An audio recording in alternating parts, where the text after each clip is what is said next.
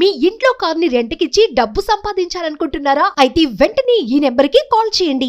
ఈ రోజుల్లో అమ్మాయిలపై దారుణాలు పెరిగిపోతున్నాయి. ప్రేమించలేదని, పెళ్లికి ఒప్పుకోలేదని ఇలా రకరకాల కారణాలు ఎత్తి చూపుతూ హత్యలు చేస్తున్నారు. ఇలాంటి ఘటనలు రోజుకొకటి వెలుగు చూస్తూనే ఉన్నాయి. అయితే ఈ క్రమంలోనే పెళ్లికి ఒప్పుకోలేదని టీచర్ను ఓ యువకుడు కత్తితో పొడిచి చంపాడు. తాజాగా తమిళనాడులో చోటు చేసుకున్న ఈ ఘటన స్థానికంగా తీవ్ర కలకలంగా మారింది.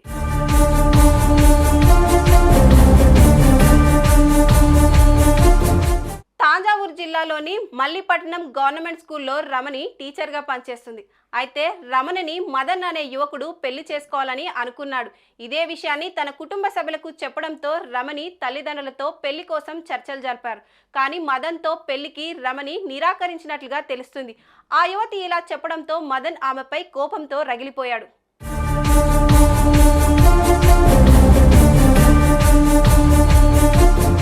మదన్ తాజాగా రమణి పనిచేస్తున్న స్కూల్కి వెళ్ళాడు. తనను పెళ్లి చేసుకోవాలని మరోసారి అడిగాడు.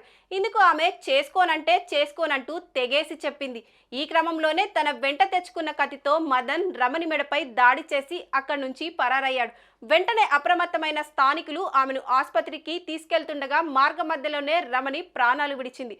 కూతురి మరణంతో ఆమె కుటుంబ సభ్యులు కన్నీరు మున్నీరుగా విలపించారు. అనంతరం ఈ ఘటనపై కేసు నమోదు చేసుకున్న పోలీసులు ఎట్టకేలకు నిందితుడిని అరెస్టు చేసి విచారిస్తున్నారు. వ్యక్తిగతమైన కక్షతో రమణిని హత్య చేశాడని పోలీసులు తెలిపారు.